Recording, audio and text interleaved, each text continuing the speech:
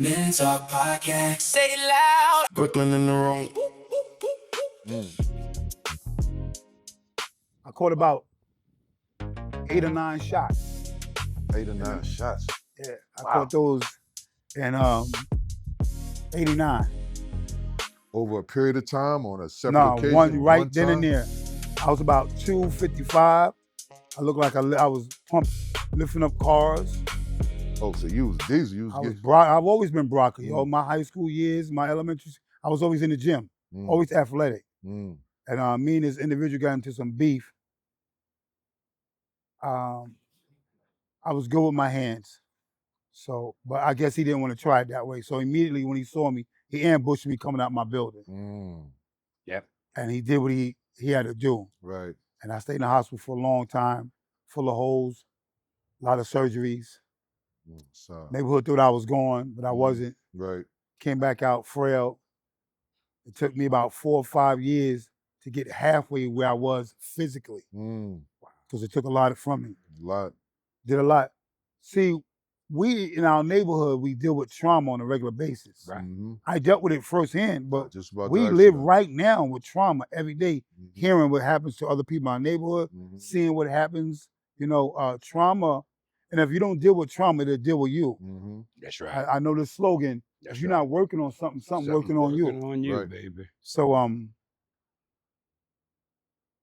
but God Yes. that has kept me and still keeping me. So when I didn't know he had his hand on me, he had his hand on me, because there's no way I made it from point A to point B, which is now. This might be point C, because I didn't get myself here. Because sometimes we can get in our own way. I could have been gone a long time ago. Right. Yes. But there were certain things that happened to me that gave me a chance to reset. That's awesome. You said 2 words. You said trauma. Trauma. You said trauma. You said growing up in Bed-Stuy. A lot of times we tend to, you have to adapt. You have to adapt, or the community could consume you. You either become a part of it or you become a product of it. So a lot of us, we have to deal with finding our way, and it could put us in harm's way. You said you did a little time on the inside. Do you think that did anything to rehabilitate you? Was that more traumatic for you? Did you get a chance to sit down and say, this is what I'm going to do when I come out? How was that? Well, not in the beginning. Not in the beginning. Because remember, my first statement was, when you're young and vibrant, you got an S on your chest, you Superman. So even when I got incarcerated for that first time, I went in strong like that, feeling invincible. Okay, I'm behind these walls, but I'm still not taking no L's. I'm not taking no shorts. Nobody gonna talk to me crazy. And you find out people gonna talk to you crazy because people want to try you anyway. And an older gentleman walked up to me. I have already left Rikers Island. Now I'm upstate in prison, not in jail. Rikers Island is our big jail. That's a jail to us, New York City. But when you go to prison, you take that right upstate. Old man said, listen to me. You can't fight everybody that bump into you. Every situation don't cause for you to get into some type of physical altercation. You'll be always in the box, or you'll be up here forever, because that's a new charge when you assault people. So I took that and I started evolving from that. I was strong. I had that strong-headed mind, but I started seeing people with these numbers. I had an 80-something number. People was in there, their DIN number was 62, 63, 71. That's how long they was incarcerated. So now I'm coming in there with this fresh 80-something number. They've been in there already 20 years, already 18 years. And so I started evolving, because now they got programs where you can get your high school diploma, you can get some college under your belt, or you can get a trade under your belt. And I felt like, well, then I need to get busy, because I don't mind working. I didn't mind moving. I didn't like that stagnated. Good with your hands. And in moving, you get to the law library, you get a little bit of freedom. When people start seeing you about your business, correction officers, the depths, they start giving you some freedom to move about the prison and accomplish the things you want to accomplish. They see, okay, he's being productive.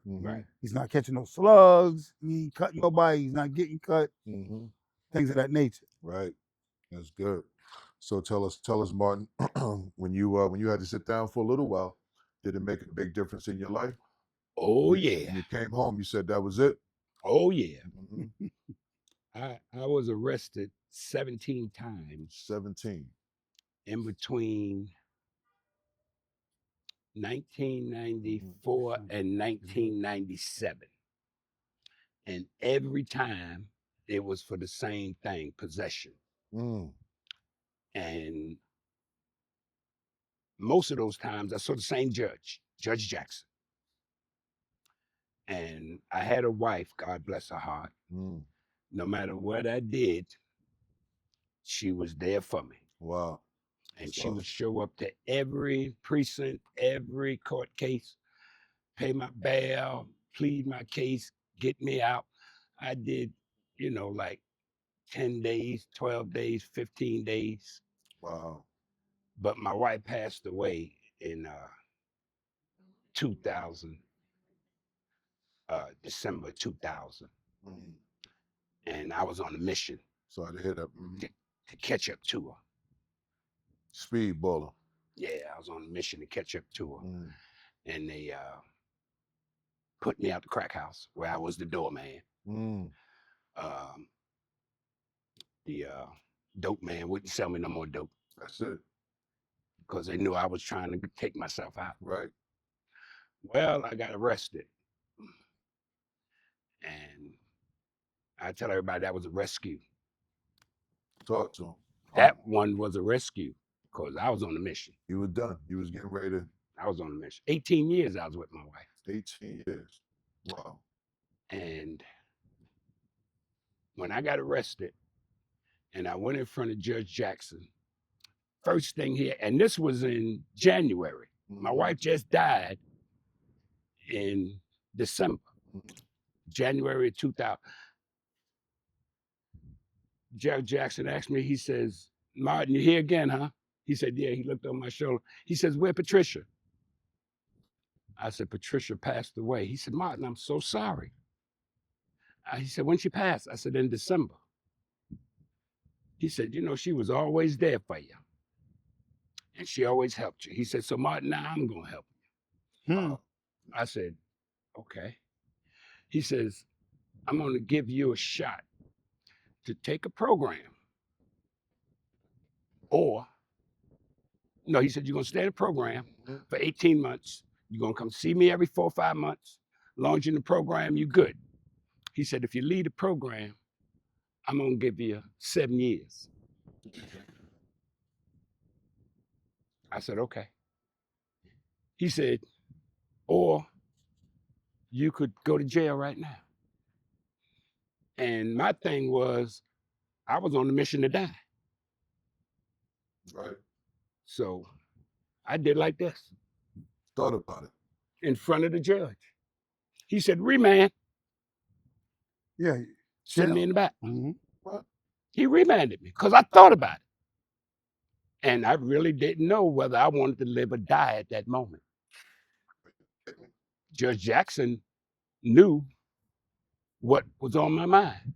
Because at the end of the day, his last case, he said, Martin, you got 6 months to think about it. By the first name. He told me 17 times. Mm-mm-mm. Man, I sat Made him sit down. He made me go sit down and think about it. And I sat in jail in Rikers Island in reception for 90 days. Wow. Ain't talked to nobody. Ain't smoked no cigarettes. Didn't eat no food. I had a pair of underwear that had pockets in it. And every time I go to the mess hall, I wouldn't eat the food. I just trade my food for the fruit, and I put the fruits in my pockets. And when I got hungry, I ate the fruit, but most of the time I didn't eat.